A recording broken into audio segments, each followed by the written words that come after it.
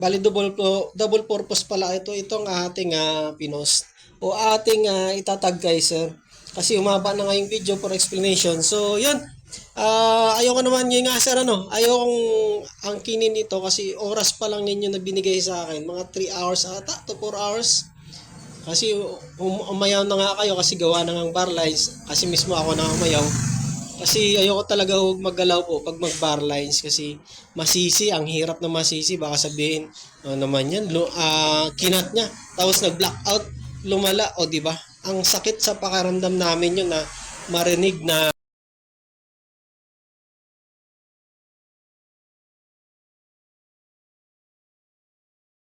Good PM ulit sir.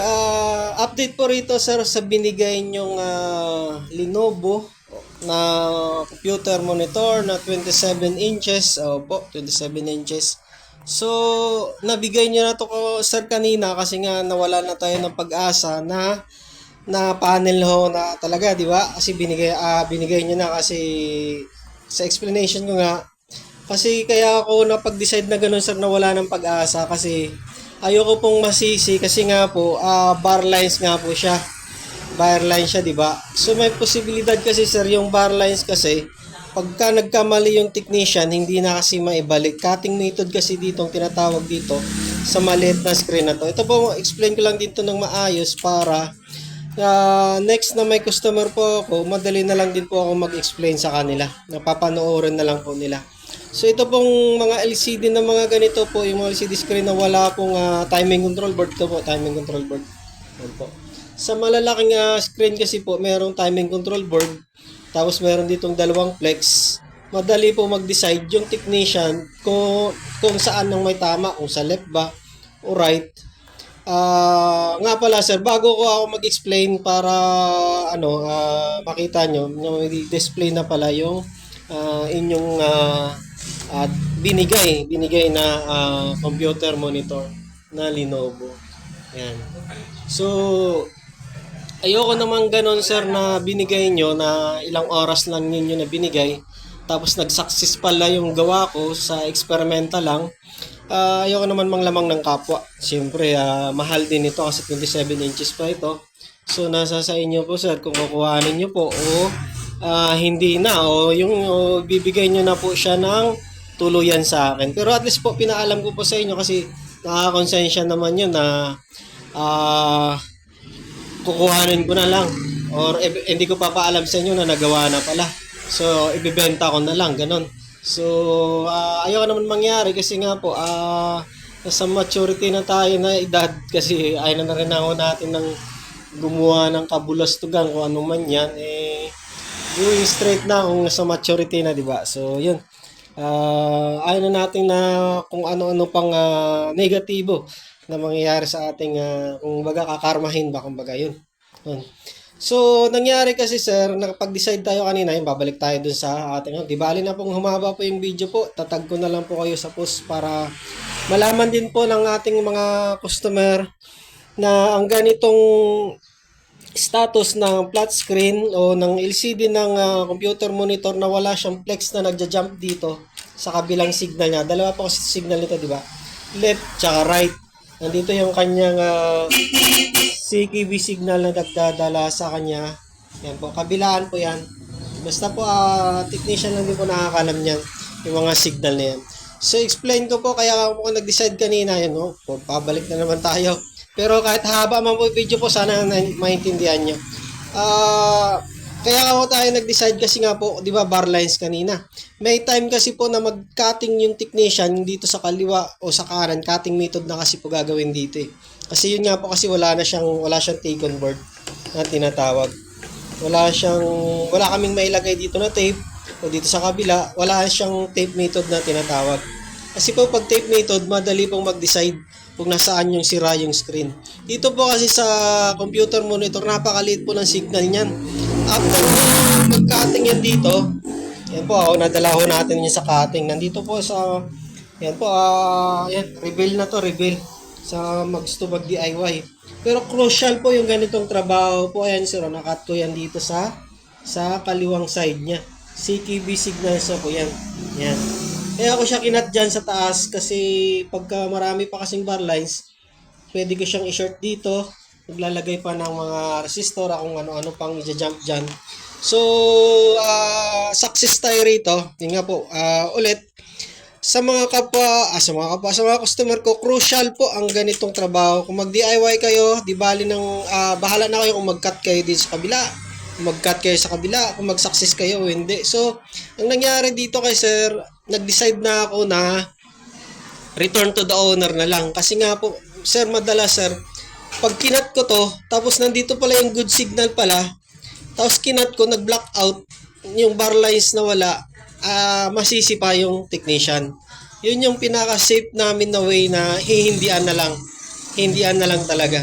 Mayroon naman na mga customer o meron naman ako nagpapaalam ako na kaso nalulungkot kasi ako kahit nagpapaalam ako na hindi ako mag-success. Sasabihin ko, sir, try tayo rito cut sa kaliwa. Pag hindi ako mag-success, sir, pag nag-totally blackout, paras tayo malungkot. Yan, katulad nitong sa nangyari sa isa kong customer. Nagpaalam ako niyan sa kanya, nakinat ko yung kabila, hindi nag-success, nag-totally blackout.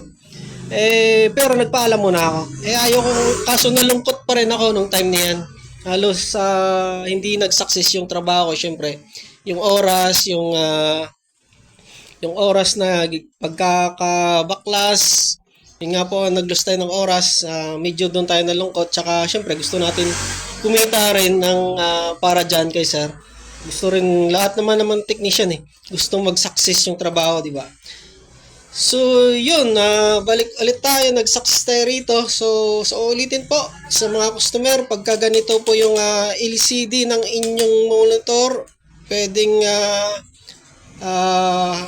napaka-crucial pag gusto nyo mag-DIY, pagka ikakat o kaliwa man o kanan, kailangan muna magpaalam sa mga kapwa-technician, kailangan muna kayo magpaalam sa customer natin kung dito ba ikakat, sa kaliwa ba o kanan, kasi nga po hindi na po siya halos matitesteran, sobrang liit na. Tsaka yung data kasi nitong dulo, tsaka yung dulo din doon, halos magkahawig na sila kasi nakakonekta sila sa isang board lang. Not like doon sa may flex dito na naka-jump, kuhanin mo lang dito yung flex, tapos test mo din sa kabila, pag compress mo yung resistance nila, malalaman mo yung shorted. So yun, para lang yun sa mga kapwa technician na friendly advice sa mga kapwa technician. Bali, double purpose pala itong ating pinost o ating itatag kay sir. Kasi umaba na nga yung video for explanation. So, yun. Ayoko naman yun nga sir, ayokong angkinin ito kasi oras pa lang ninyo na binigay sa akin. Mga 3 hours ata to 4 hours.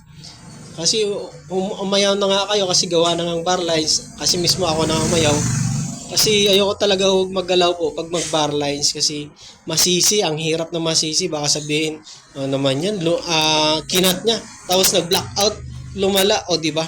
Ang sakit sa pakaramdam namin yun na marinig na lumala yung trabaho namin. Kahit sabihin pang pinaalam namin yan na doon kami mag-cutting, napakalungkot. Pero yun sir, sa isang monitor dito, na-cut na natin, hindi tayo nag-success yun. Doon tayo nadala dito sa isa, kaya pakiramdam ko rito kanina, nag-decide na ako na ibalik sa inyo sir kasi baka nga meron pa kayong ibang technician na kilala na may send nyo sa kanila o mapapasubukan nyo sa kanila, at least sila na mag-cut doon. Ayoko nang uulitin yung nangyari doon sa nakaraan kasi may trauma pa ko dyan. Ayoko namang maulit dyan dito na cut na naman, malulungkot na naman ako. So gusto kong ibalik sa inyo para mapapasubukan nyo sa ibang technician. So nag-decide na kayo na ibigay. So itong nangyari, blessing na rin doon. Yan, sa awa ng Diyos, nag-success tayo. So, walang kagwit-gwit po, makinis na makinis po. So honest na lang po. Gusto ko naman yung inyong monitor. Gusto talaga kasi walang guwit Pero hindi tayo na ganito. Or hindi ako ganon ganito sa shop kasi pera na yan bebenta ko na lang yan sa online magkano din yan, di ba? 27 inches. So yun sir, sasarado ko na to, ikaw na bahala mag-decide kung kukuhanin mo o kukuhanin mo na lang sir kasi parang pair na lang din, di ba? Kasi medyo malayo-layo din sa inyo. Yun. Pag-isipan natin sir mamaya kung Sino mas may bakante sa atin o sino maghahatid. Pero sir, same pa rin doon sa single natin, panel repair. Ayun, honest na ako rito. Paparinig ko na sa ibang technician na yung gawa ko pala nito is 1,600. Yan. Panel repair lang. Yan, yun. Nalaman nyo na yun. Mahaba yung video natin. At least yun. Nag-sharing-caring tayo. Napaalam natin kay sir na okay pa yung kanyang monitor. Saka sa mga magpapagawa pa po. Ganito nangyayari sa shop. Po, maraming salamat po.